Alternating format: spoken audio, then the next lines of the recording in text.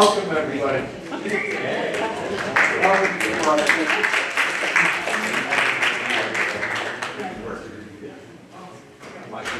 This is an all-acoustic show set for me. Turn it on.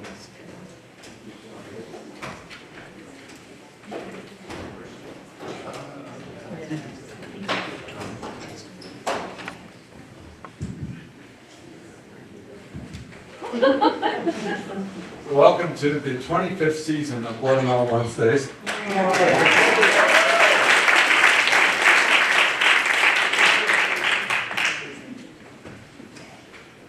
And I'm not biased, but I think this will be our best season, and it's certainly off to maybe our best start.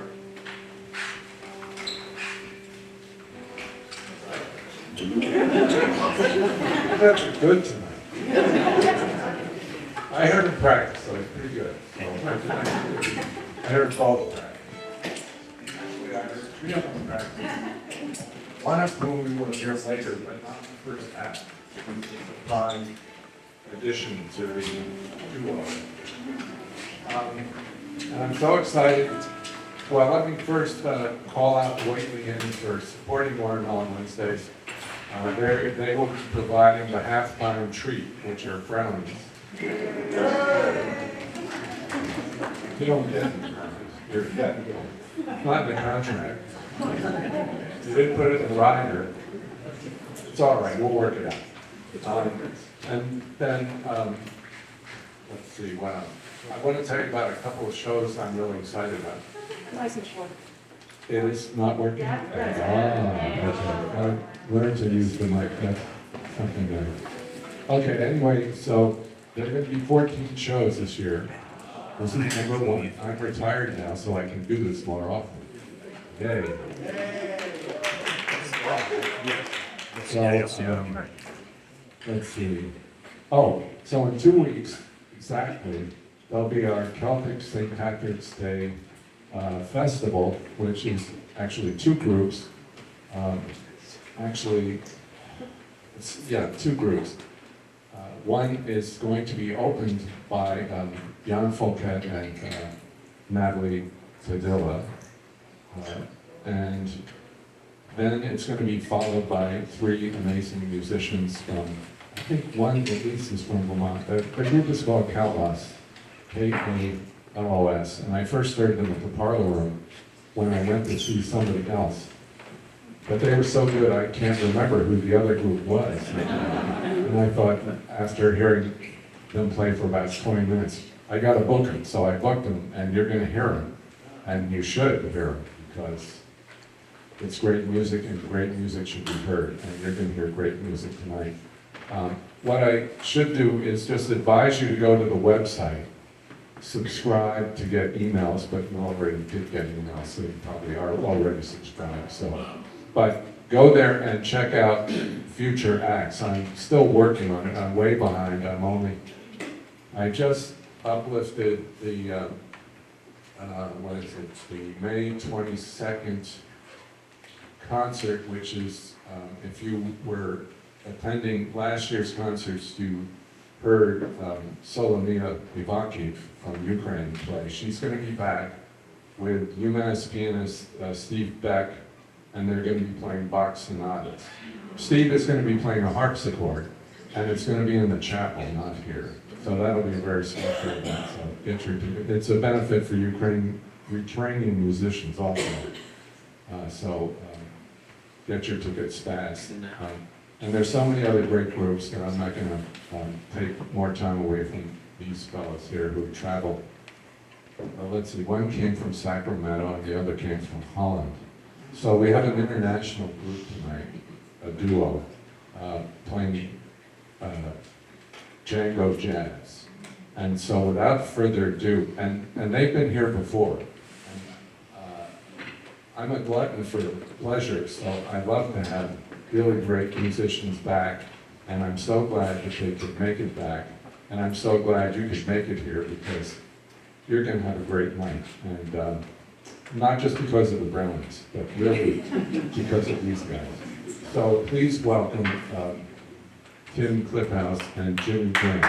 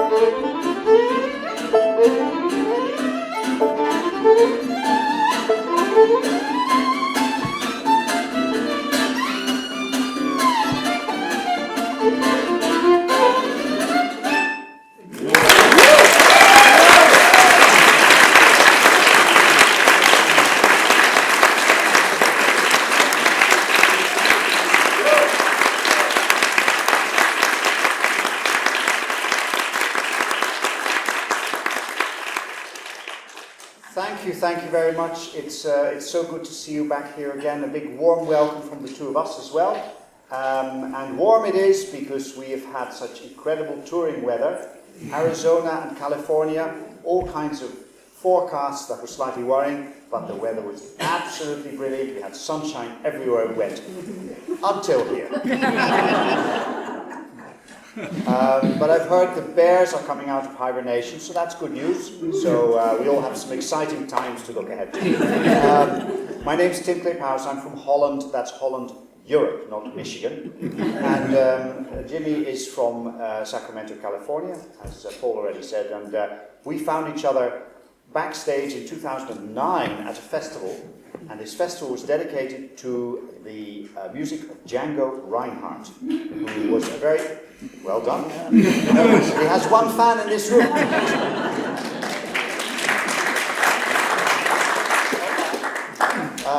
And Django Reinhardt was the person who, back in 1934 in Paris, started this European brand of jazz, using the music that is your folk music, the music of Duke Ellington, Louis Armstrong, Fats Waller, Paul Whiteman. And he used that music, he learnt it, but he created a totally different sound, using no drums, no piano, no winds, just these instruments and a double bass. And with him was Stefan Grappelli, who is my hero and a little bit of my mentor as well. He's also got one fan. And those two are kind of grandfathers of the jazz guitar and jazz violin. They've influenced all players, and I mean really anybody who you see play the guitar will know about Django Reinhardt. So, and the same for improvised violin. So we were inspired by these two gentlemen, and we found each other backstage, and the very first thing we did was hurl abuse at each other. So that's kind of stayed the same. I think it's our Scottish roots. Jimmy's a Grant, and I'm 1/8 Scottish through the Craig and Fergusons. So I think we don't share a tartan, but we definitely share ill will. We started off with two standards. One was called It's All Right With Me, and the second one was called, you probably recognize, it's called Tea for Two, an old song by Vincent Youmans. But we'd like to take you back to that Paris of 1933, 4, 5, and the French had a big singing tradition, the chanson tradition, and Edith Piaf and Maurice Chevalier were the big names at the time. And this song would have been sung by both of them. It's called Je suis seul ce soir. I'm alone tonight.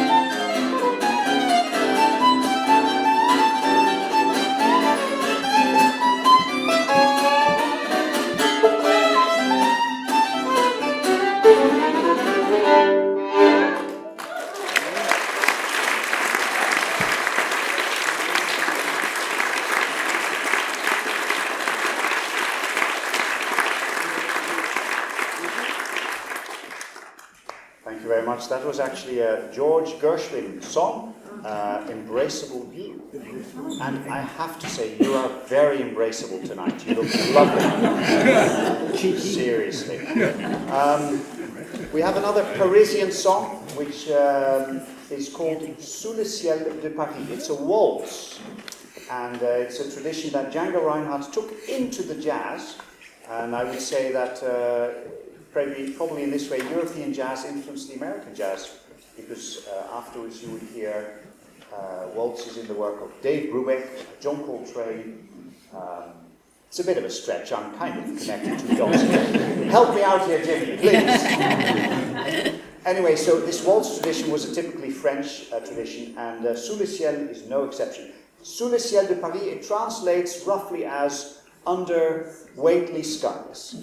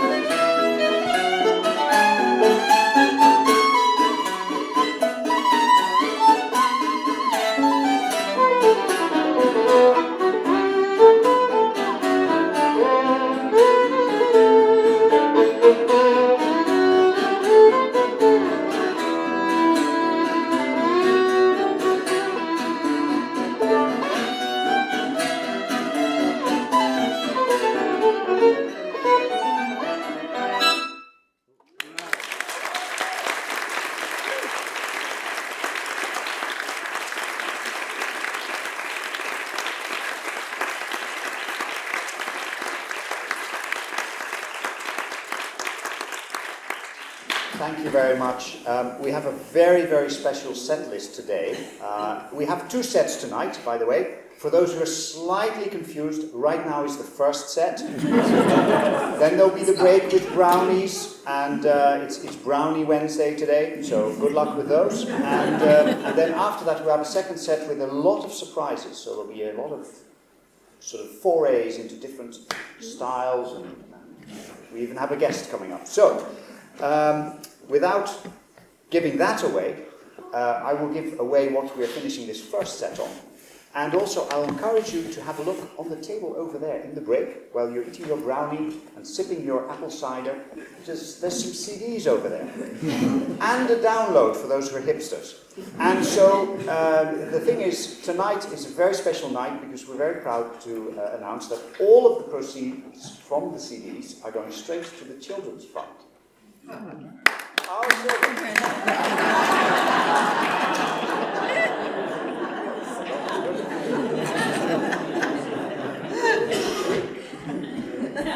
Right. As this is, we flew here from California, and I see this whole bit of the States as New England. Am I right? Yes.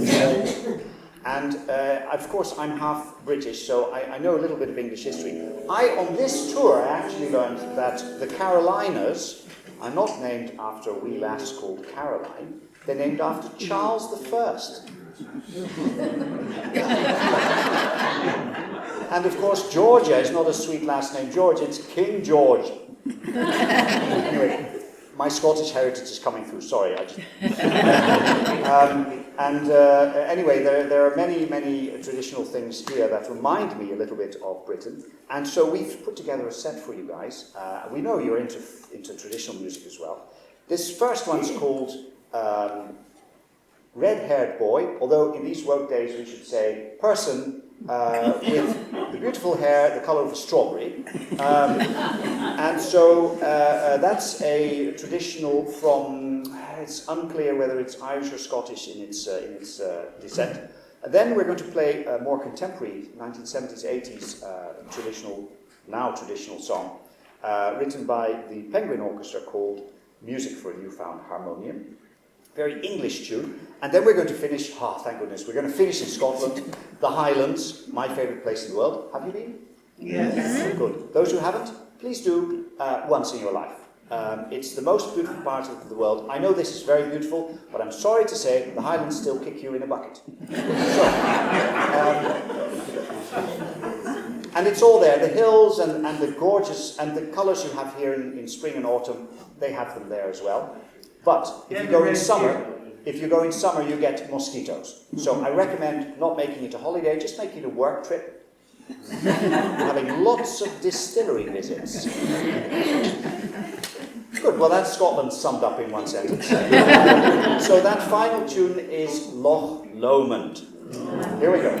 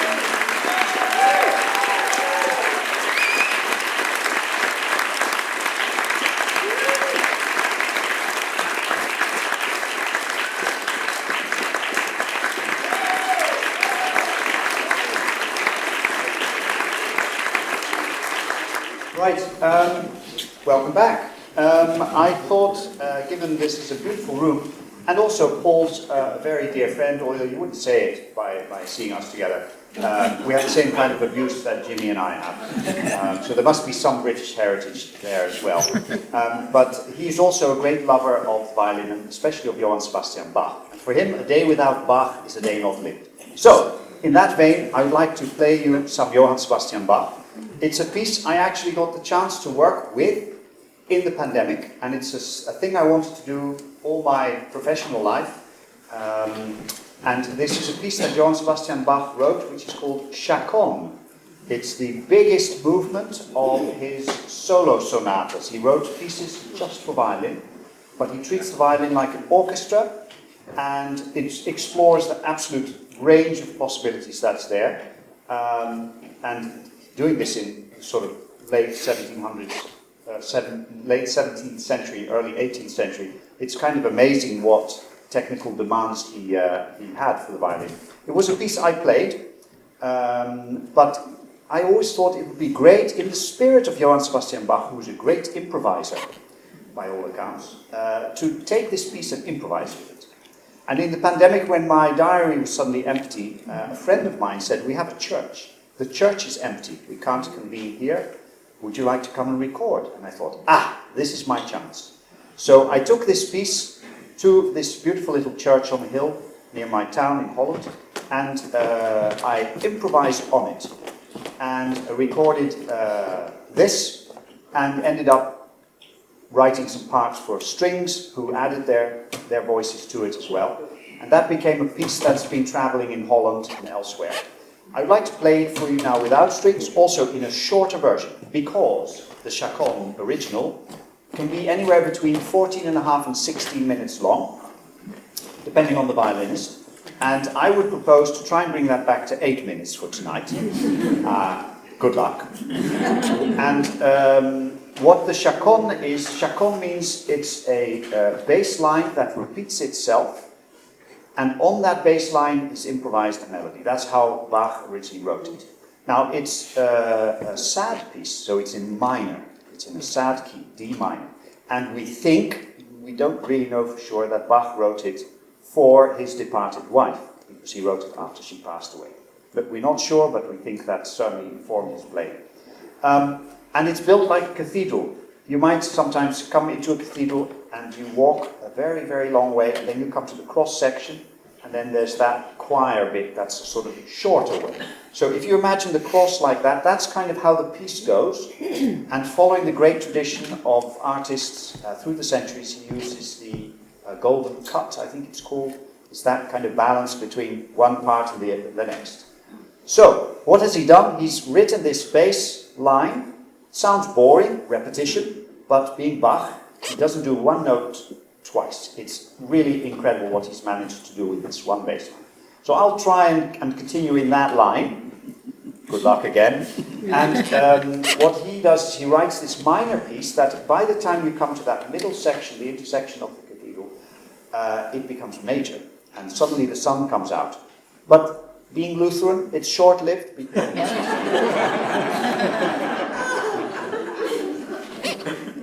Bach's Chaconne, improvisation. The theme you will hear, that's Bach's original notes.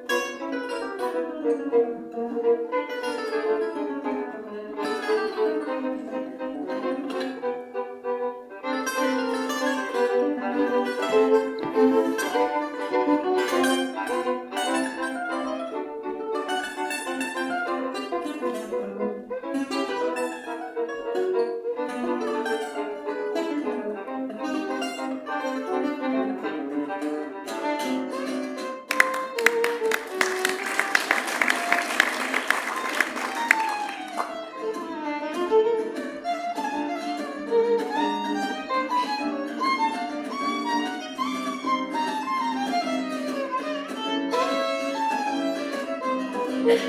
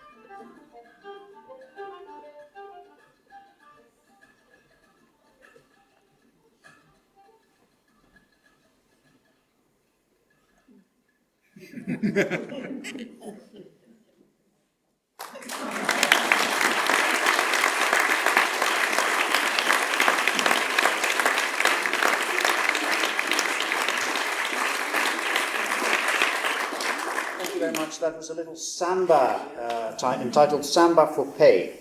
And we're about to play another piece that came out of the pandemic. I started writing about the things I was thinking about in the pandemic, which was a sort of another look at the planet. And I love nature.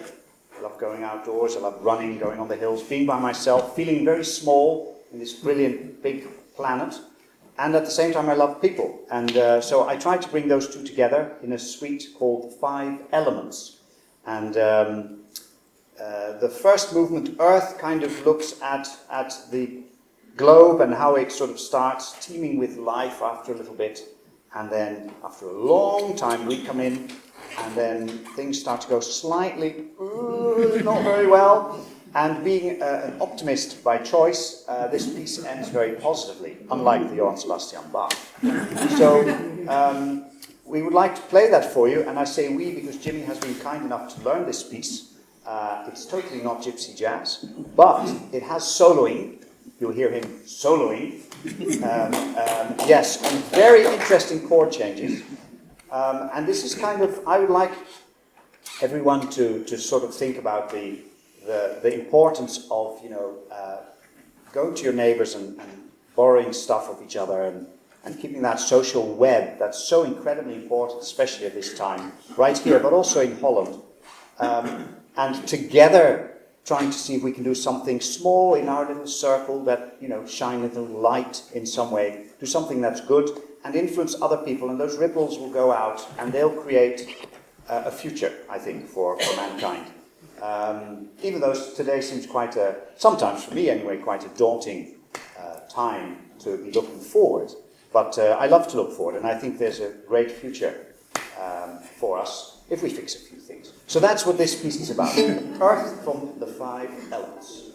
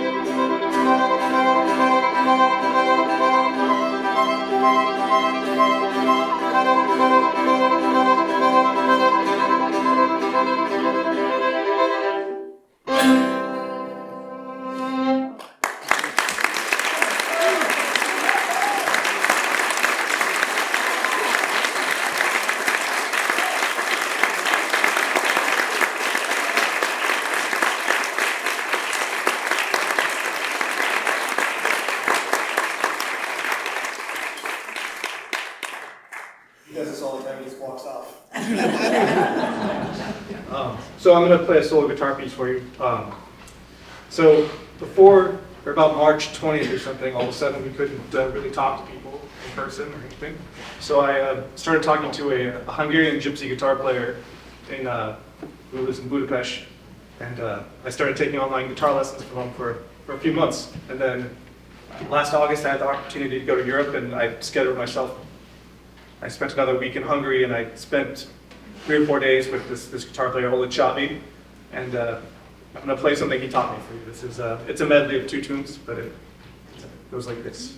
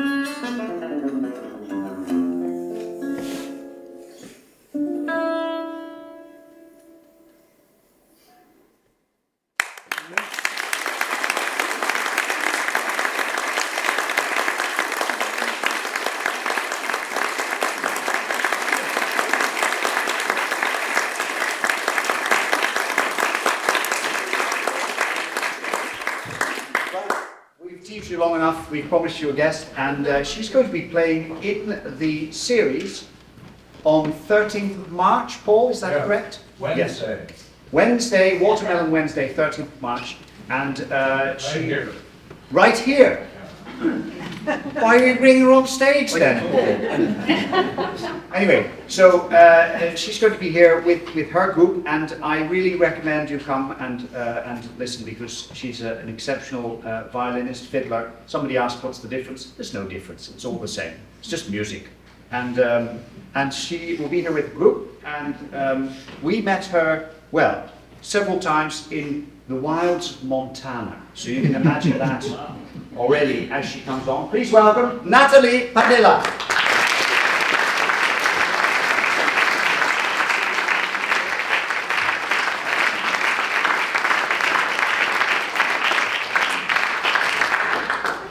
What are we playing? Well, you were so kind to learn a tune of mine that you can hear again in 2 weeks. This is one titled Charles V, although it's written for a fifth child, grandchild named Charles.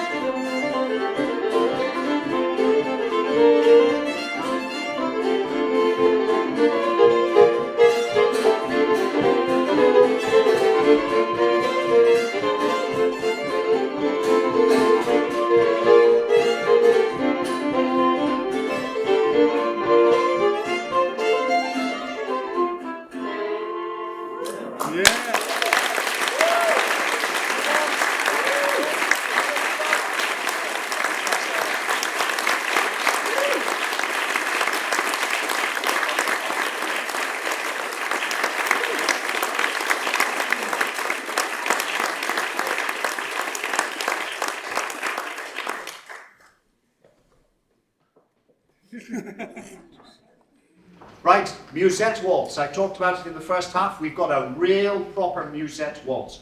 Made for the accordion, thankfully transferred to the guitar by Django Reinhardt. And I'm doing my little bit on it as well. But it's basically a guitar-based tune. The title is French, as it would be. Like they say in France, you can say everything like this with the hand. Actually, I said that once in a concert, and a Frenchman came to me in the break and got all cross and said, "We do not speak like that." So, it's absolutely true. That's how they talk. The title, Indifférence, which I'll translate for you. Indifference.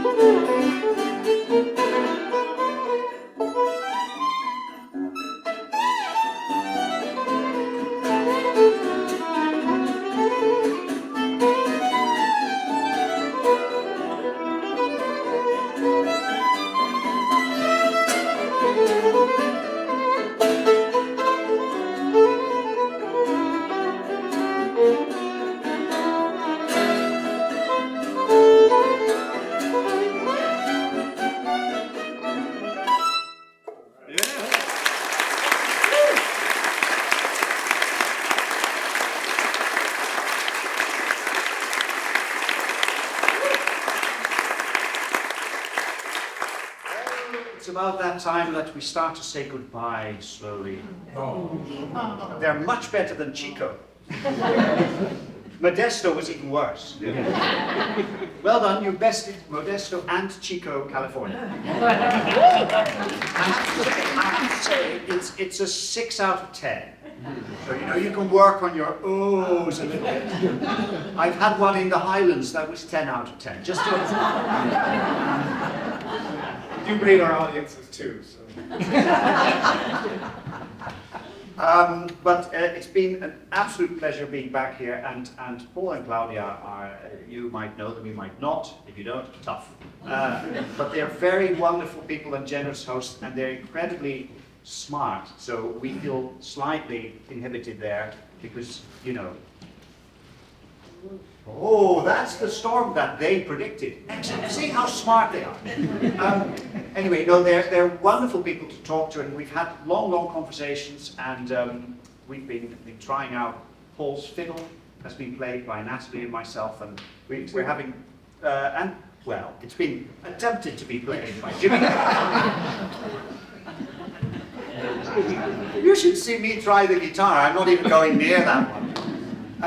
So before we play our final tune, I would like a very big thank you for these two lovely people who are keeping, and a thank you to this wonderful space, and to everybody who's working here as volunteers, keeping music so incredibly live in this part of the world. Thank you. Thank you.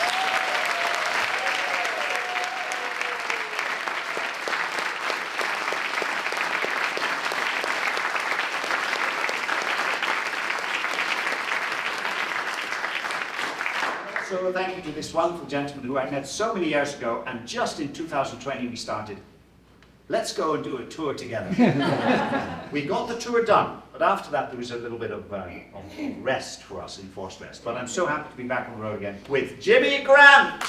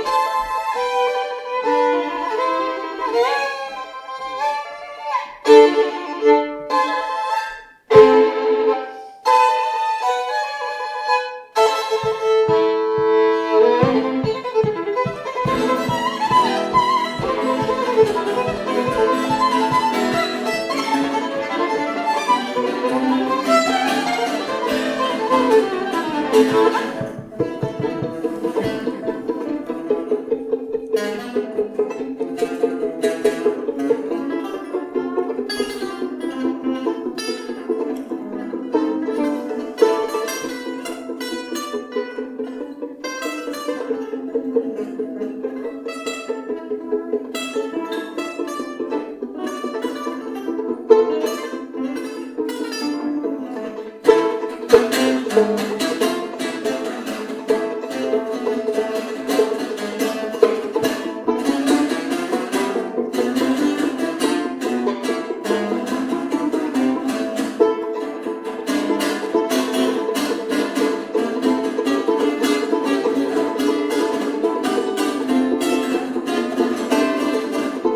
more, one more.